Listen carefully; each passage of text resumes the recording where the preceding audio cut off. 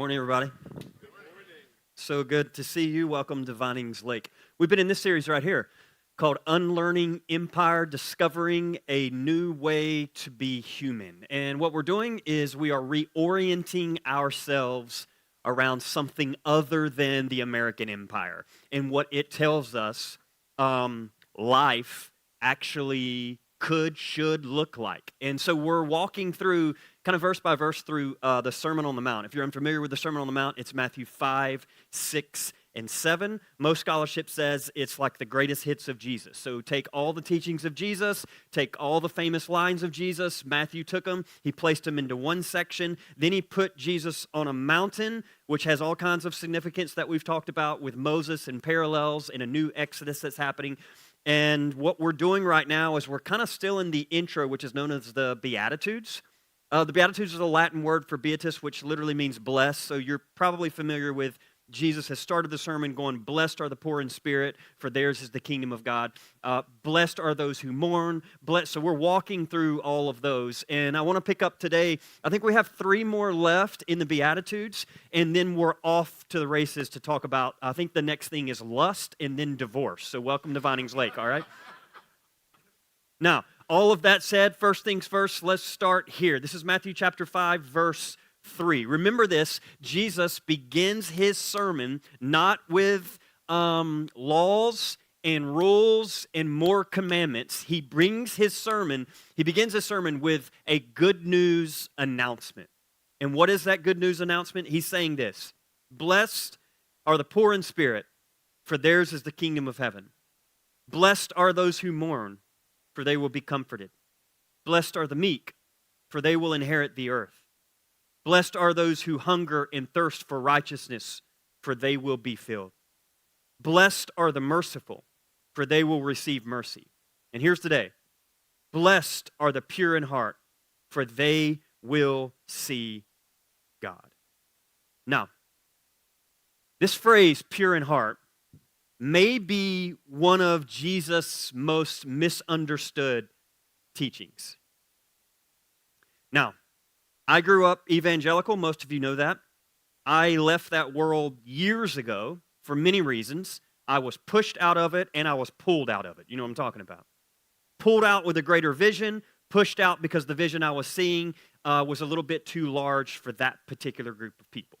Now, all of that said, I grew up like many of you with an understanding of what pure in spirit or pure in heart would actually be, all right? So we have like these modern understandings, and then we have all of these religious understandings with pure in heart that we've been given. But what I want to do today is I want to talk to you about 2 ways that I understood pure in heart, and then I want to move into how I believe scholarship tells us that the first century, how they would have understood pure in heart, and then maybe what Matthew and Jesus are actually getting at in their context when they say pure in heart. Because the first time I read this, immediately when I open the Bible, a lot of times I'll read a verse and my mind goes directly to how the evangelical world I grew up in told me to interpret it. Do you still have that? Like I'll read a verse and I'll be like, oh, and it will almost kind of trigger a little bit because I can hear it and still see it in the particular ways that it was handed to me. So one of the great challenges as we learn to kind of reframe and reshape the spirituality we've been given, for many of us, we're unlearning a lot of things, and then we're learning a lot of new things. One of the great challenges is when you go to a text, is having to carry the weight, the burden of the way you've seen it before, but then try to read it with new eyes and fresh eyes in ways you've never heard before. And so when I read this the first time, pure in heart, honestly, just to be real honest, I was like, I think I'll just skip that one. I know it's in there and Matthew put it in there for a reason, but I don't really want to talk about purity and being pure of heart to our crowd because 2 things came to mind, and I want to talk about both. First, I had this understanding that when he says pure in heart, he meant like sexual purity, right? And that came by and large from my evangelical upbringing. Most of you know that. They were deeply, deeply concerned about making sure teenagers and college kids stayed sexually pure. Which, looking back, it's really interesting to me because now looking back, you have this hindsight and you realize they were teaching us every Sunday, indoctrinating us, saying, whatever you do, keep your life sexually pure while many of them, were out now being found guilty of sexual assault, right? Now, isn't that interesting? And I still, even now when I meet, like I'll hear a pastor or see a speaker or somebody just railing about like sexuality and even homosexuality. Like, I can't begin to tell you how much people would scream about how homosexuality and same-sex relations is an abomination. And then years later, it turned out they were gay the whole time. Do you know what I'm talking about? Is that not, does anybody else scratch their head going, wait a minute? And that's where that old phrase comes, you protesteth too much. You know what I mean? Like there's some truth in there. Why does this speaker keep going back to that point? What is that? Yes. And so for me growing up, it was like, oh, pure in heart. I know exactly what that means. That means making sure you keep your life pure. But then it evolved over time because when I moved out of the evangelical world, I didn't go into like a progressive kind of world. I moved out of evangelicalism and ran all the way over to what I would call like higher stages of consciousness spirituality. You know what I'm talking about? Like Eckhart Tolle type stuff. That's where I went because I didn't want anything to do with this, so I flew all the way over there. And then when I got over there, I would read pure in heart, and I interpret it as, oh, yes, I know those people. Pure in heart people are like people that have and here's how I would have worded it, a good heart. Do you know what I'm talking about? So when I read that like Jesus is blessed are the pure in heart, I'm like, oh, I know some people that have just a good heart. All right? Now, I want to talk about both those interpretations because I don't think that's what Jesus was after when he said this in his particular moment in time as the world was being occupied by the Roman Empire. Okay? Let's talk about the first one for a minute. Here's how I heard it. Blessed are the pure in heart.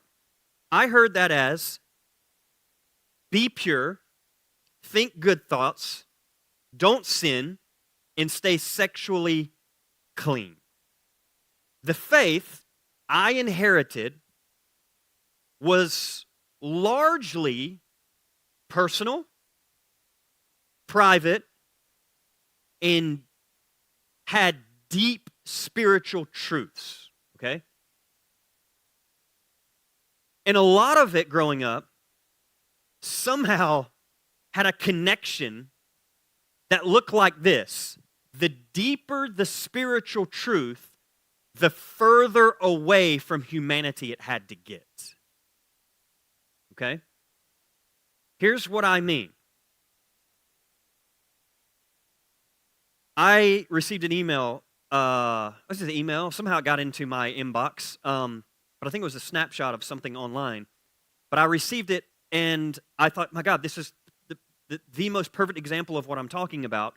And it's how I would have understood the world. Now, I referenced this a couple weeks ago, but never really got into it. So I want to show it to you today. But I want to show you this email that I received from the sermon that I gave when I gave a sermon that said, blessed are the poor in spirit, for theirs is the kingdom of heaven. We talked about that. And I got up and I said, yeah, in Luke's gospel, it says, blessed are the poor. In Matthew's gospel, it's blessed are the poor in spirit. Remember, Matthew's writing to a little bit of a different audience. They would be considered a little more middle class.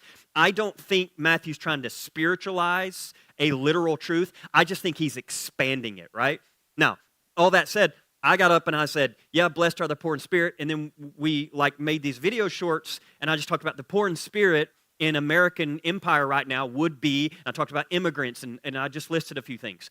Well, someone responded, and here's the email that I got. Nonsense, which is a great way to start your email. I get so much of that. By the way, I'm on a whole new level now of taking very serious. Like I've doubled down on not intaking any kind of criticism that isn't my inner circle.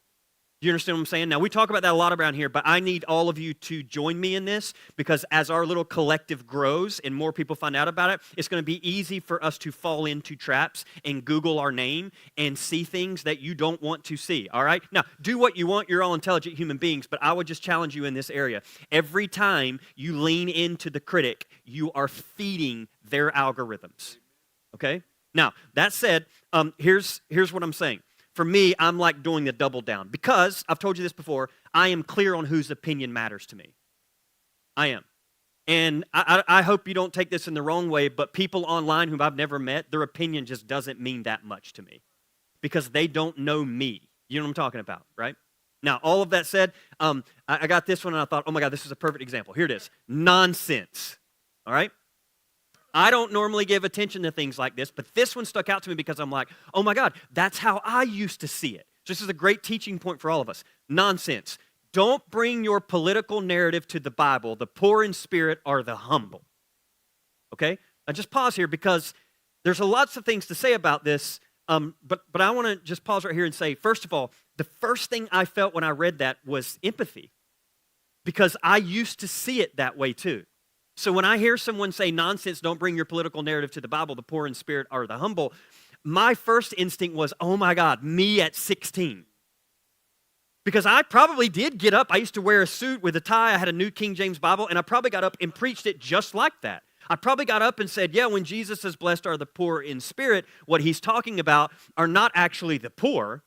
He's talking about the humble.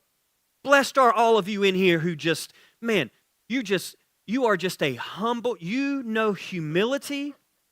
You walk with such dignity, and everything is just a sheer gift to you.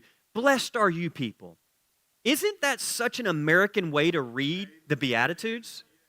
That the first thing Jesus would do when he steps up is, I'm going to bless all the people who are just humble people. And then, of course, that begs the question, who would actually raise their hand to say, oh, he's talking about me? Do you know what I mean? Because then at that point, you're kind of defeating everything that you say you are. Isn't that interesting? I'll never forget hearing Donald Trump. He's, by the way, become a president. I don't know if you're aware of that. Old reality TV show guy became president, which, by the way, can we talk about that for just a few minutes? Can we not do that moving forward? Is that okay? And I'll just start right here because I mean, I'm 45, but I actually think it probably started with Ronald Reagan, who was a TV star, and then so I just think it might be good for us as a nation to not move Hollywood TV stars into political positions. Okay? That might be a good, maybe. I mean, some of you are with it. All right, whatever. But I remember hearing Donald Trump say that. You've probably heard him. He said it a couple times, and it might be one of the, there's not a lot that he says that I find funny at all. But that one, I think I genuinely laughed when he's like literally, he said two things. One time, he was accused of being a racist, and he says, I'm the least racist person in the room. But then I've also heard him talk about with people that have come after him about, being like Caesar-ish, and he has said, I am one of the most humble people. And I'm just sitting here thinking to myself, anyone who says they are the most humble person, that disqualifies them from actually being humble, right? And then, of course, he'd be the greatest, humblest person to ever walk. So for me, like that's what, I'm just saying, if you interpret it as humble, that's fine. It's all lovely. But what an odd way for Jesus to start, because then the Beatitudes become something completely different. Instead of him blessing and starting with those who are on the margins in the outside, it becomes this thing that you have to aspire to be. So now we have Jesus is opening his sermon going, now I need you to live up to these ideas. Jesus doesn't start there. This is not a commandment. It is an announcement. It is a good news announcement. That's why Luke doesn't add in spirit. And so when I got this email, the first thing I thought was, oh, this individual is a lot like me because I saw it that way too, because I separated. I need you to know this. In the evangelical world I grew up in, we didn't talk about the poor. We just didn't. Now, they were out there and we knew they were, but we just believed most of them chose that path. We didn't talk about immigrants. We didn't talk. The only time we talked about homosexuality or being gay was when they were reading Leviticus and talking about it as an abomination. We didn't talk about any of that. It was completely removed. The spirituality that I was handed was deeply individualistic. And it was all about souls and an embodiment of making sure your soul goes up to an ethereal heaven. That was it. That was the gospel by and large. Everything was that. And so when I read this, I thought, oh my God, I know exactly where this person is. And so here's how I would respond, because I think it's a lot of what we're talking about this morning. First of all, I would ask some questions. Why do we assume spirituality becomes deeper when it becomes less connected to the world we actually live in? Or maybe we'd word it like this. Why is poverty political, but humility spiritual? Or we can word it like this. Who taught us that spirituality ends where politics begins? Sometimes what we call spiritual is actually an escape from the concrete realities Jesus was actually addressing. And so, I would just respond as I did. And what is that response? I'm not bringing politics to the text. Politics were already there before I arrived. All I am attempting to do is put that statement in its first century context. And it turns out when you do that, okay, because most readers don't. Most readers in America go to a text and they read it from a modern 21st century American lens. And I want you to know that means you're reading it the opposite of how they would have written it and understood it in the first century. Because if you come from a modern American lens to an ancient text like this, you need to be reminded of this. You are now on the side of the powerful. So you're reading it from the empire's perspective back into the text, when what you're reading is actually words that were written from people being oppressed by an empire. And this is why if you've ever heard the American gospel, you look at the Bible and you're like, I don't see the parallels at all. Yes, because they're taking words written by an oppressed people and they're reading it as the people who are oppressing other people. And when you read it that way, how else could the empire understand it other than just say, oh my God, we can't talk about the poor. This must be about humility. Yes, and then you add on to that like a good, healthy dose, healthy in quotes, American religion, which says, oh yeah, that is actually true spirituality. Yeah. But I want you to notice, once the poor in spirit become a spiritual condition, it's at that moment the actual poor disappear. And I think by and large, one of the reasons many Americans love to read it that way is because, can we just be honest? Because I grew up in it. I'll say it. It's just easier for me to wrestle with humility than to wrestle with poverty. And so isn't it interesting? They'll make it sound like it's deep spirituality, but when then you really get down to it, most of the religion I was handed growing up, it was just a lot easier to do that than it was to wrestle with these larger ideas. So for me, like growing up, if all of Christianity was about making sure you don't lust, well, I have to tell you, especially as a grown adult now, it's a lot easier for me not to have an affair than to ask what systems I am benefiting from. And what happens in that moment is if you understand like Jesus, religion, spirituality, God, Christianity, if all you understand it is as this deeply spiritual thing that is disconnected from culture, reality, society, then you get an individualized, personal relationship with Jesus that is all about your soul being taken up to heaven. And here's what begins to happen. All you have is what the great theologian Dallas Willard talked about, sin management. By sin management, he meant behavior modification. And that is, if I could sum up the religion I was handed, it was behavior modification. And all it was make sure you get your soul in line with God so you can go to heaven when you die. And by the way, when you're out there, make sure you sin as little as you possibly can. But unfortunately, we couldn't do that. So what did we do? Well, we tried to pretend to others that we weren't sinning. And so we put on a show. And somewhere in the midst of putting on the show, we all lost our honesty. Then it became a performance. So you come in on Sundays and no one wants real honesty about where they're at. And you even see it like on a physical level, right? There's nothing wrong with this, but people dress up. And they put the best outfit on they can. Why? You do know there's symbolic parallels there because you're like, oh my God, I don't want them to see me like not in my best. You know what I'm talking about, right? And so it's like, so part of the reason I love Vinings Lake, because all of this is calculated. I want you to know that. I mean, there are people who take shots at us all the time, and we're not perfect. Yes, we're still trying to figure it out. Yes, do we have large questions about God, the universe, Jesus? Yes, I hope everyone does. I never want to settle on that, okay? There's a lot of problems here. Yes, absolutely.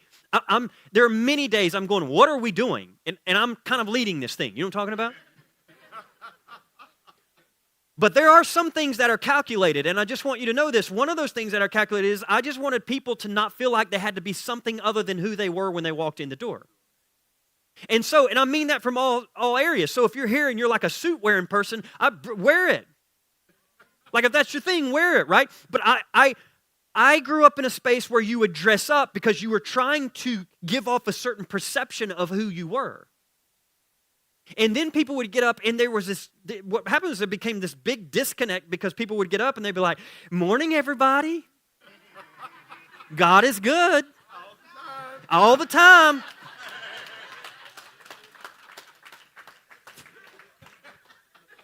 Does that phrase trigger anybody else?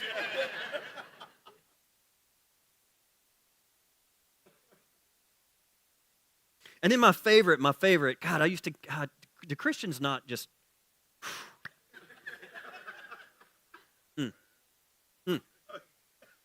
But my favorite is when you encounter someone and they really like ultra hyper spiritual. But I'd be like, how's your day going? And they always respond like, every day's just a blessed day. Listen, and if that's your thing, wonderful. Wonderful. Come as you are. But I'm going to start challenging people, and I did it then. Every day's not a blessed day. No.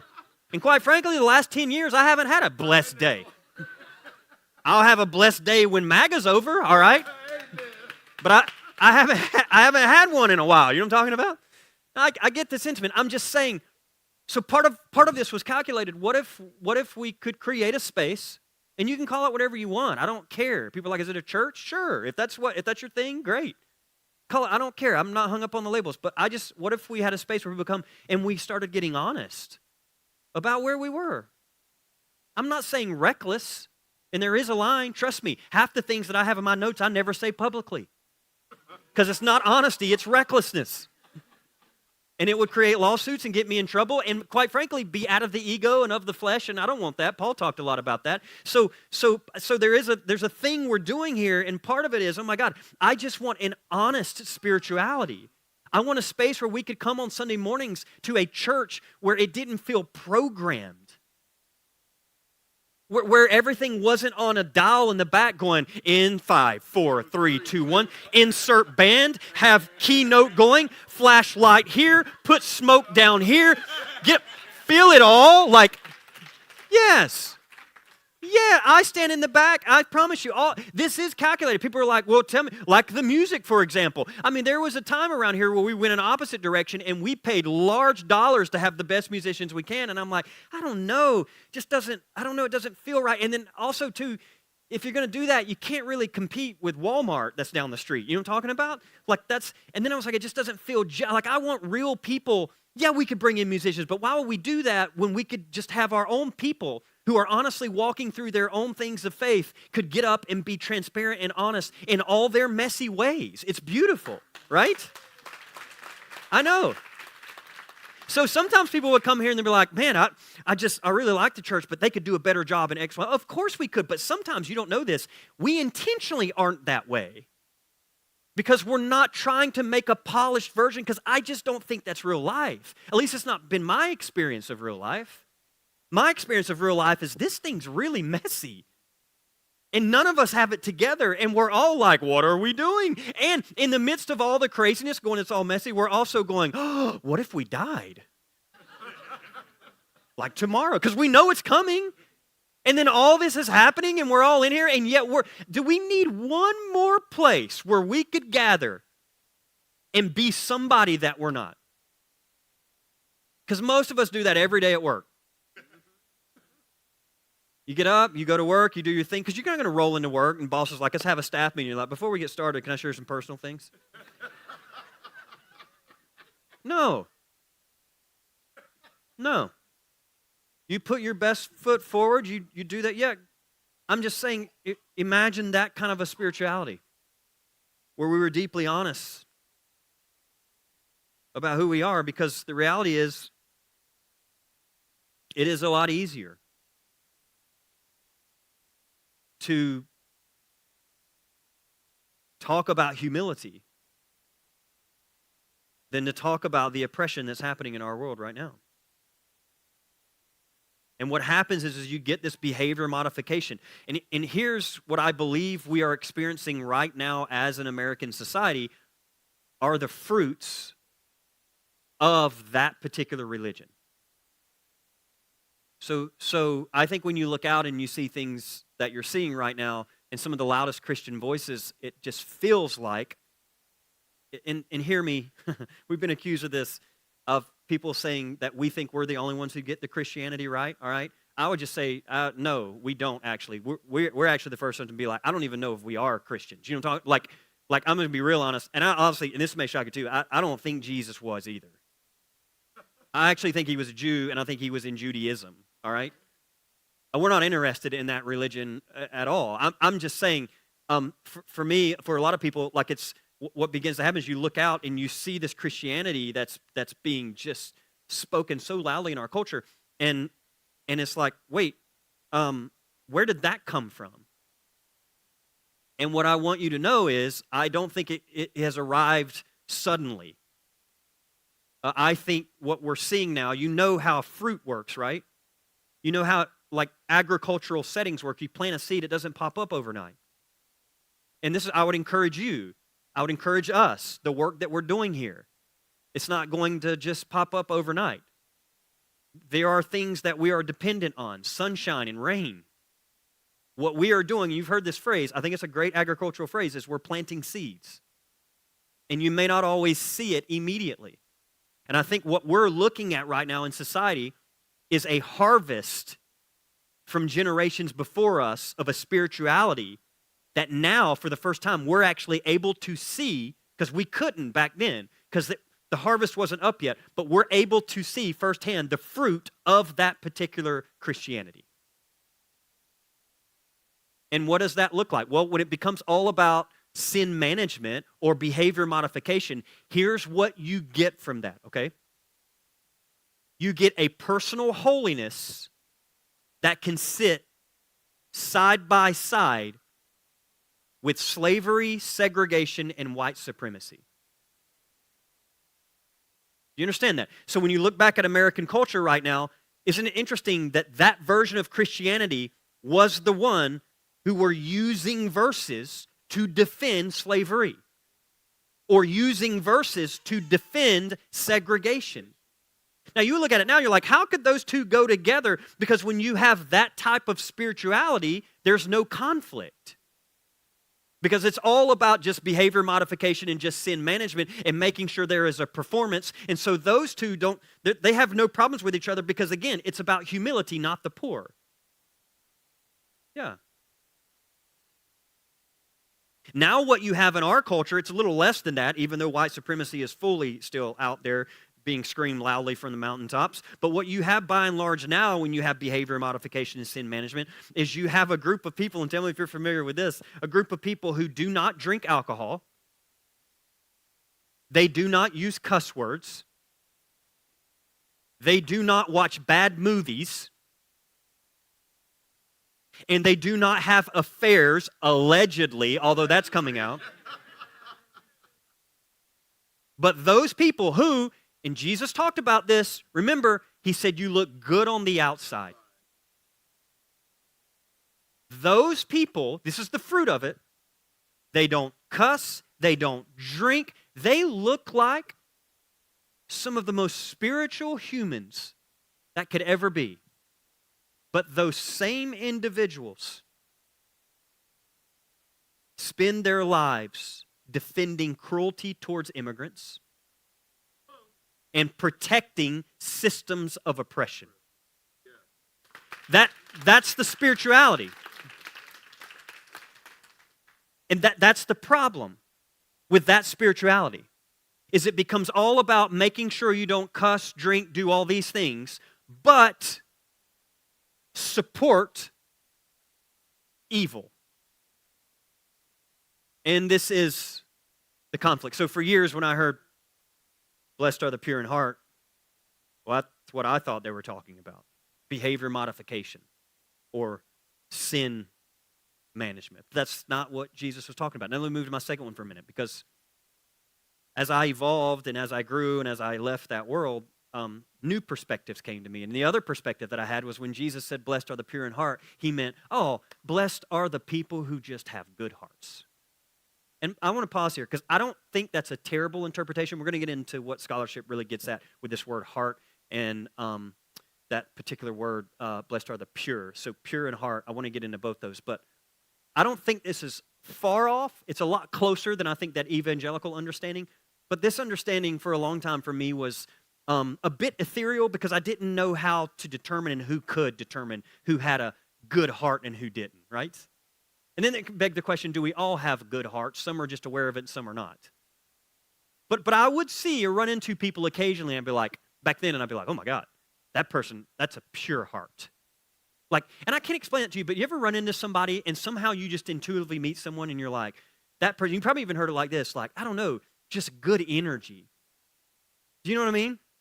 Or even, I say it sometimes like this, we'll meet people in the line afterwards. I told y'all, it's one of my favorite things. People come through the line, we meet them, but Katie and I, our big thing is we'll go to lunch afterwards and we'll talk about all of you who came through the line. That's what we do. That's what we do every Sunday. So help me God, every Sunday. She remembers all of your names, and then I do, because we have a tag team situation. You know that, right? She's lead pastor, I'm co-pastor, right? We have a tag team. She remembers all their names, so when you're going through the line and I say, can you tell me your name? And this is going to happen today. She's going to be present with me, lock in the data. These are the names. This person's from this place. And then all I'm locking in, because I've already told her this, I'm locking in the invisible energetic situation, okay? And this is just it's a bit of a parlor game for us. We enjoy it, all right? But it's fun because some people will come through, and many of you come through and you're like, oh my God, I've been looking for a place like this. I am so here. And I'm just going to be honest. Katie and I will go out and be like, over or under on if they'll be back in 6 months.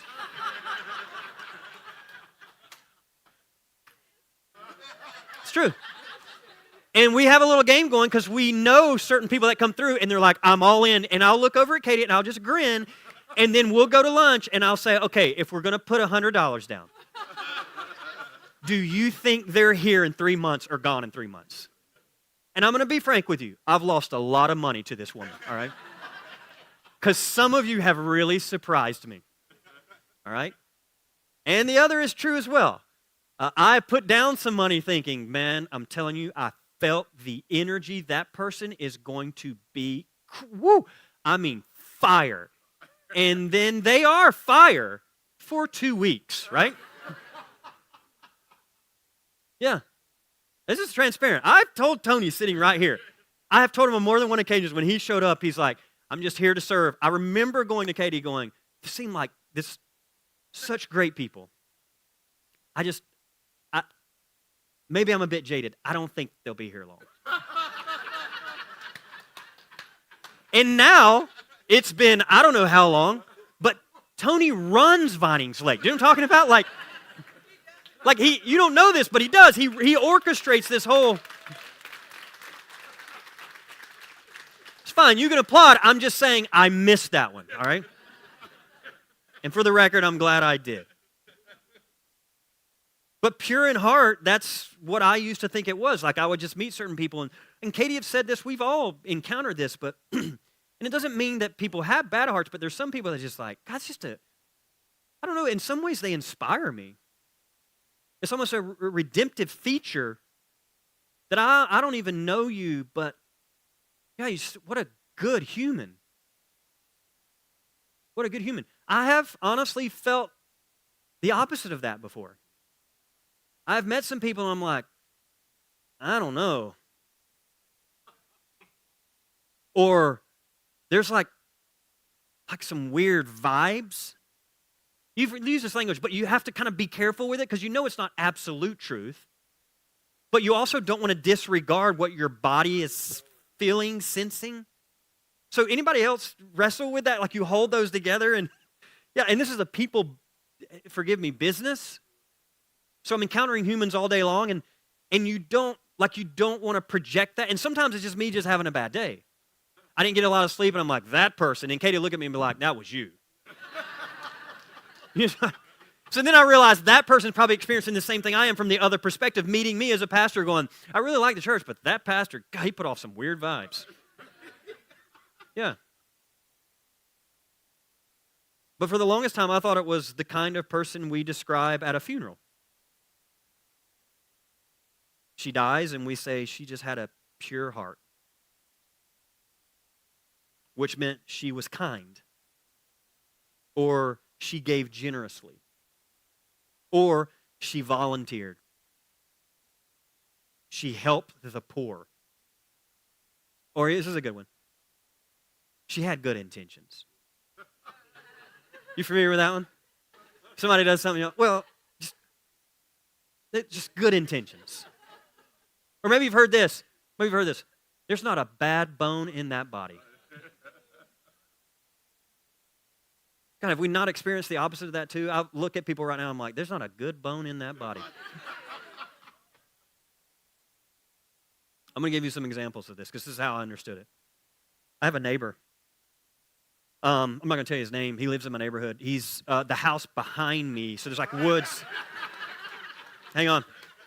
Just hang with me. There's woods. He's the house behind me. This neighbor of mine, I see him occasionally when I'm out running. He's often outside. And when we first moved in, which we've been there now, I don't know, 8 years? 9?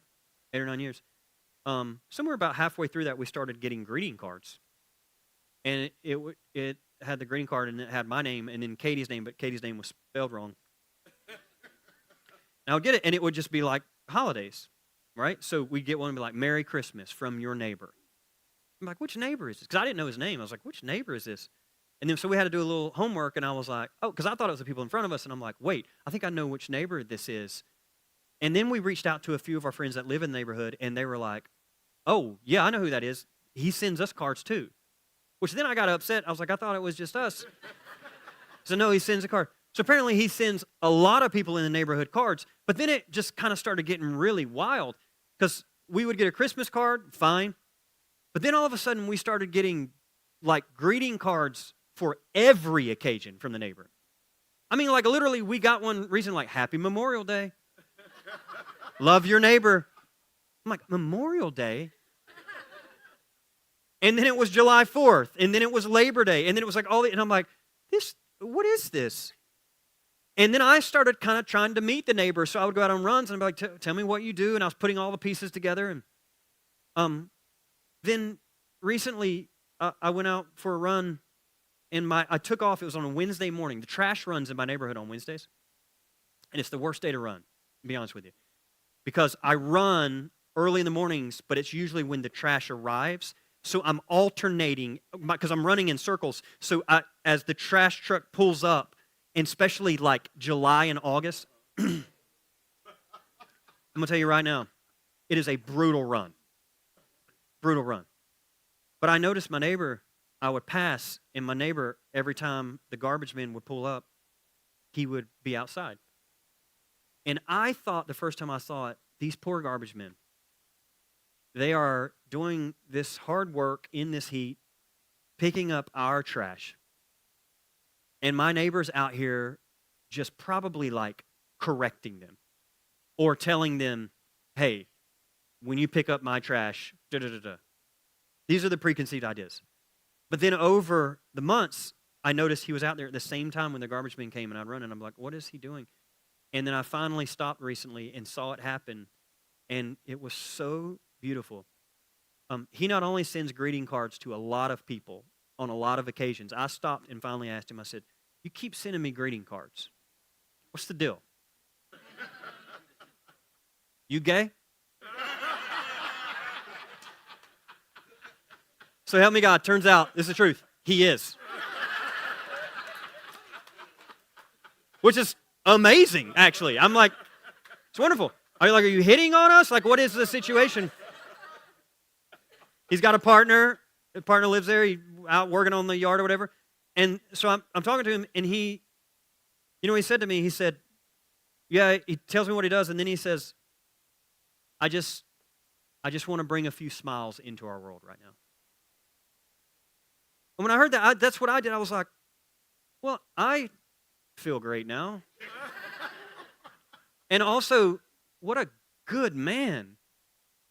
Genuinely. I don't think there's no strings attached because a lot of people in the neighborhood get him. He just does it because, and I finally told him, I said, every time we get your greeting card, I smile. And he said, that's the only reason I do it. And he said this to me, life is so hard. And I'm like, well, there's the gospel. So the trash company comes and I finally stopped and I was like, what do you do? He said, well, I don't just send out greeting cards. He said, every Wednesday when the trash comes, I get 3 bottles of water. And when the garbage company comes, I make sure all 3 of them are hydrated. So I give them these bottles of water. Who does that? So, turns out I live next to Mother Teresa's nephew. I'm saying, my neighbor, pure in heart. You know what I'm saying? I could go on. I wrote a few here. All of you people that are involved in VL Cares, I'm just telling you, pure of heart. I got a text a couple weeks ago, 2 or 3 weeks ago, I don't know how long ago it was. Just about one thing that VL Cares has done that very few of us even know about. People within this church helped a family of 7 struggling. Father's paraplegic and spent over a year in ICE custody. And VL Cares heard about it, and they stepped up, and they began a meal train for this family, but then also raised $655 in 1 week to give that family. I'm just saying, I know some of these people that are leading VL Cares, and I'm just pausing here to say, that's some good people. That's some good people.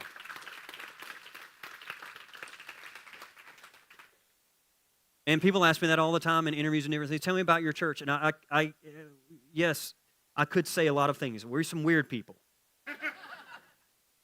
But I honestly, my default is always, it's just some good people.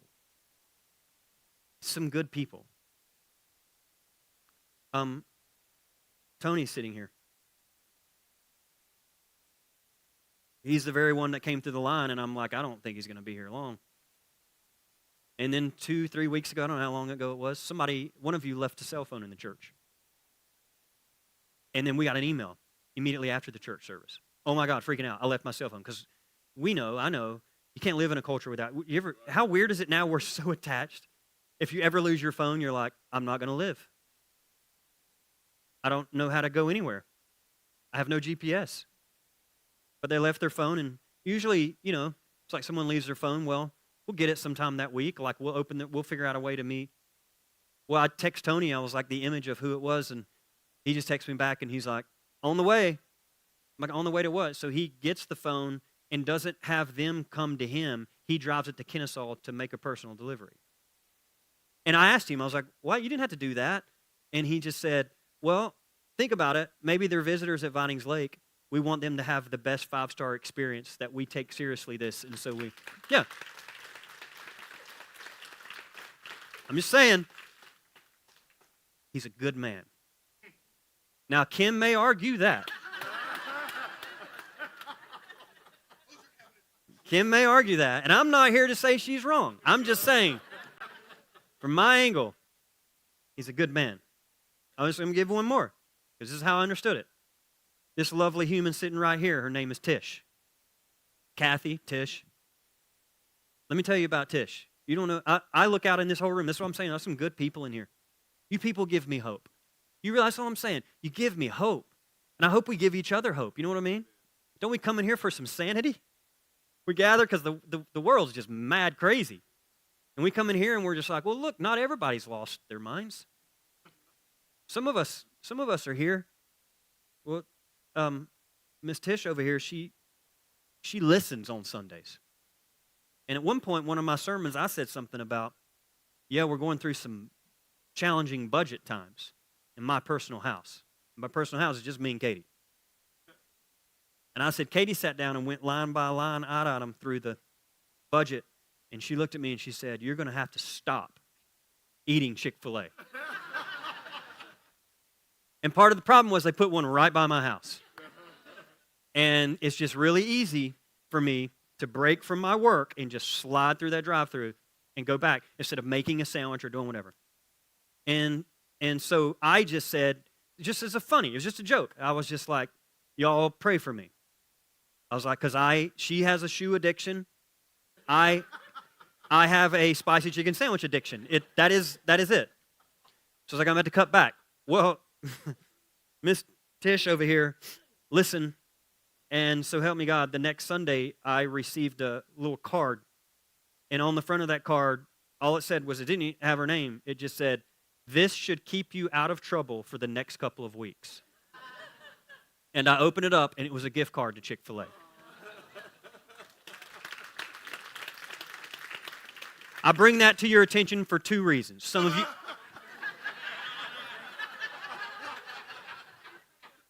First, some of you need to be like Tish. And y'all need to start being good people. And I'll see you not next Sunday, but the Sunday after. And I do take gift cards. But I bring this to your attention because that's not the first thing she's done. Just last week, she came through the line. It's somewhere in here. And she handed me oh, you have it. Yes. Let me see this. She handed me this. This little thing. I said, Miss Tish, what is this? She said, she's like, it's sanitizer.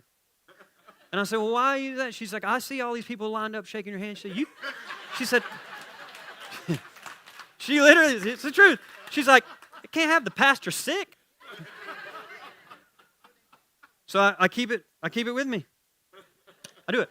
I'm just saying, this is the truth. I remember the first time she came through the line, and I looked over my wife at lunch, and I said, that's a good human. That's not a bad interpretation.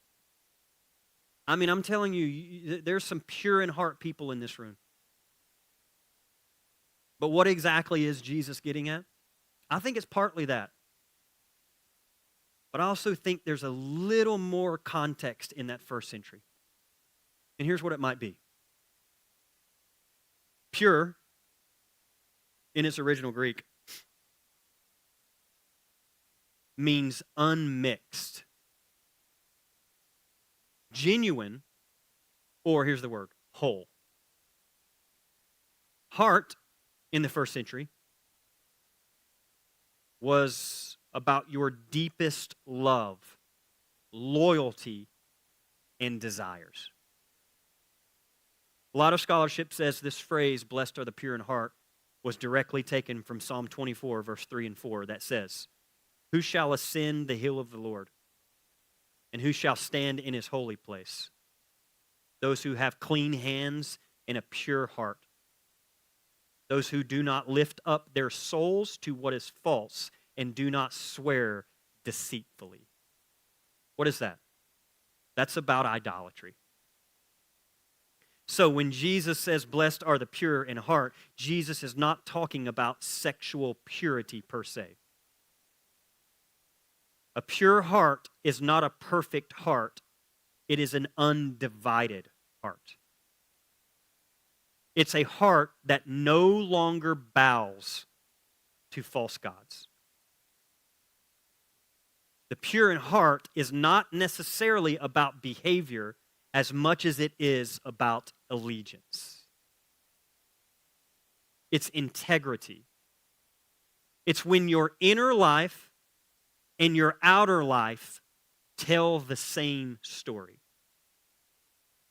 Soren Kierkegaard said it like this. He said, purity of heart is to will one thing.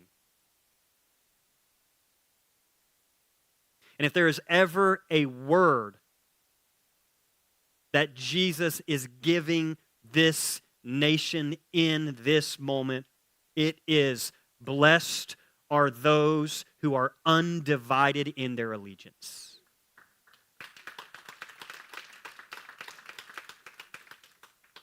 Because not unlike their time, many in our time have spent the last decade with a divided heart, trying to merge Jesus in nationalism, trying to merge Jesus in white supremacy, Jesus in capitalism, Jesus in domination, Jesus in Trumpism. But what I want to say to all of us, that I know that you know this, but it's good to be reminded, those visions of reality are not one and the same. MAGA imagines a world ordered by power, fear, enemies, dominance, and loyalty to a tribe. Jesus imagines a world ordered by love, truth, mercy, forgiveness, and the radical dignity of every human being. Those are not two versions of the same story. They are two different stories about what it means to be human. And eventually, the heart has to choose which story will become its center. And I don't make those comments as someone who just doesn't like the Republican Party. I grew up Republican. This is not about partisanship. In my opinion, from where I stand, the question on the table is not Democrat or Republican. The question on the table, for me, are two different visions of what this country can become. Okay? And if you don't believe these visions don't align, I would remind you, as I've done every week, again this week, of the fruit that that vision is producing with Trumpism. And one example is this week, watching the U.S. House of Representatives pass a $1.15 trillion national defense authorization.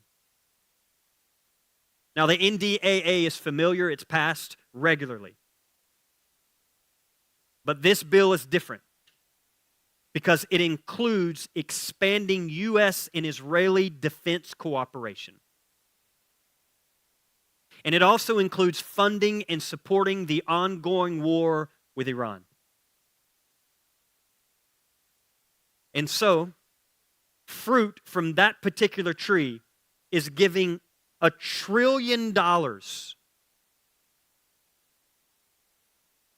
to more death. Imagine what we could do with $1 trillion. Imagine taking a small portion. This is a part of what it means for us to be who we are today. We have to keep the imagination before us. But it can't stop at imagination. It must move into implementation, which is what I believe we're doing here. But go with me. Imagine if you took a small portion of that $1 trillion and instead of using it to continually funding Israel's genocide, which is what it is. Imagine giving teachers a decent salary where they could make a living. Right? I'm not interested in the government doing everything for everybody. That's communism. Doesn't work. Toxic in many ways. But my friends, capitalism can be just as toxic. And at some point, what I think is happening is somewhere, if there is a pendulum, It hit so far on the capitalism side that we are now seeing that both capitalism and communism can be very destructive. And all I'm asking for is a world. It isn't that far of a dream.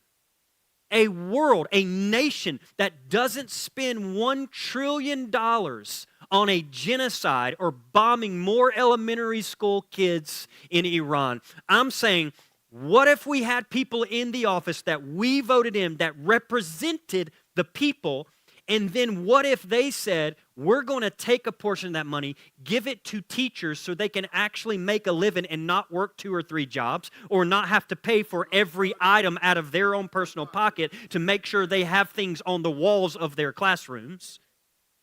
And then what if we took a little more of that money and we provided not communism, not even deep socialism. I'm talking about democratic socialism.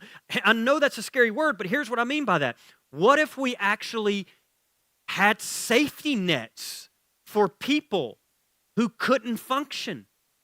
Wow. Imagine if we had something like Social Security. But what if we had more of that? Isn't it interesting? But like, I'm anti-socialism, I'm like, wait, but you have Social Security? I just want to be clear, just so we're clear, right? Yeah, that's what we mean. What if we just had a few more nets for people? I still believe health care should be provided for everyone. And I don't think it should be over $1,000. Yes, this isn't, do you understand what I'm saying? It isn't that far and wild and radical of a dream. We're just saying, imagine a nation that actually cared about the poor.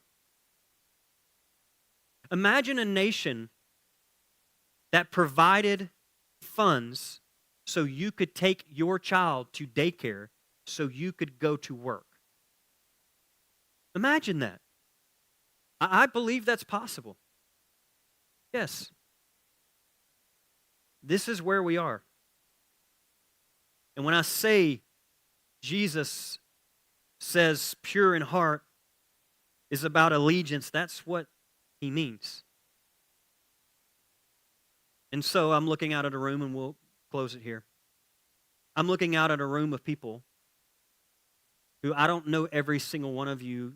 A lot of you I know, but I don't know every single one of you. But here's what I do know about the people that are in this room.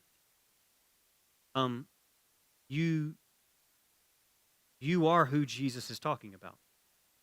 I believe that. I think when Jesus said, blessed are the pure in heart, he was speaking to a world in the first century that was being tempted greatly with idolatry. And that idolatry, by and large, came down to choose who you will serve. Caesar or the divine. And I don't know that we're that far off of that in our allegiance, because here we are in the American Empire, and I think these are the questions on the table. Yes, it's far more complex, but I also think when Jesus talks about pure in heart, he's speaking to you because many of you have paid the cost because you were pure in heart. You chose not to have an undivided allegiance. You, specifically, many of you, did not leave institutions, churches, religions, faith, whatever you came from, because you wanted less Jesus. You left because the contradiction became unbearable. You were told God was love while watching this cruelty being celebrated in the name of Jesus. You were told Jesus welcomed the stranger, but we watched immigrants being killed by people with the label of Christian. You were told Jesus cared for the poor while watching this administration mock the poor. And I need you to know this, that heart that sees that can only live divided for so long. And I want you to know I see it too. And that's why I say you're good people. You inspire me. You give me hope. Because if this is about integrity of your insides matching your outsides, I don't know of a greater example of that than you people that gather here. And I know how much it has cost many of you. And so this is what I would close with for you people. What Jesus is saying, but in my own language. Blessed are those who walked away from a religion that demanded they sacrifice their integrity. Blessed are you people who could no longer reconcile the way of Jesus with the worship of power. Blessed are all of you in this room who left Christian nationalism because it refused to serve two masters. Blessed are all of you in this room who lost a community, a family, a people, rather than losing your own souls. Vinings Lake, I want you to know Jesus is saying, you people, all of you, He sees it. Yep. He knows how much that cost. He knows your intentions and where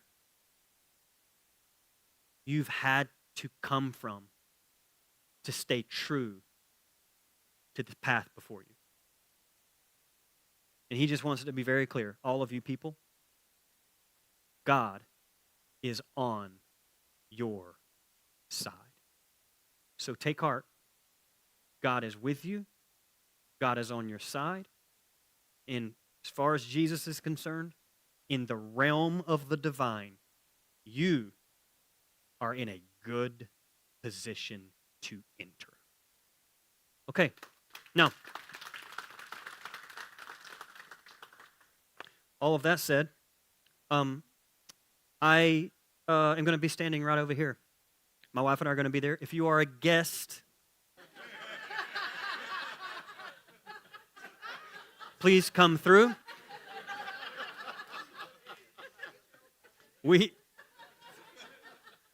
We desperately need something to talk about at lunch today. And don't worry, it's not judging. Okay. Hey, I want to remind you, we are not going to be here next Sunday, okay? That's going to be a weird one, so make sure you lock it in and tell your friends. We do that every year because we want to give a break. Let me say something real fast to all of you people who are sending your kids back to school. I believe Cobb County starts back that following Monday, I believe. Okay, so for all of you putting your kids back into school, please take this last weekend. We're not going to be here. Spend time with your family. Get out whatever you need to get out. I want you to know we're sending all the love and inspiration to all of you who are going to be jumping back into new rhythms and having your kids back into school. And I also want to say to all you parents, congratulations. You made it another summer.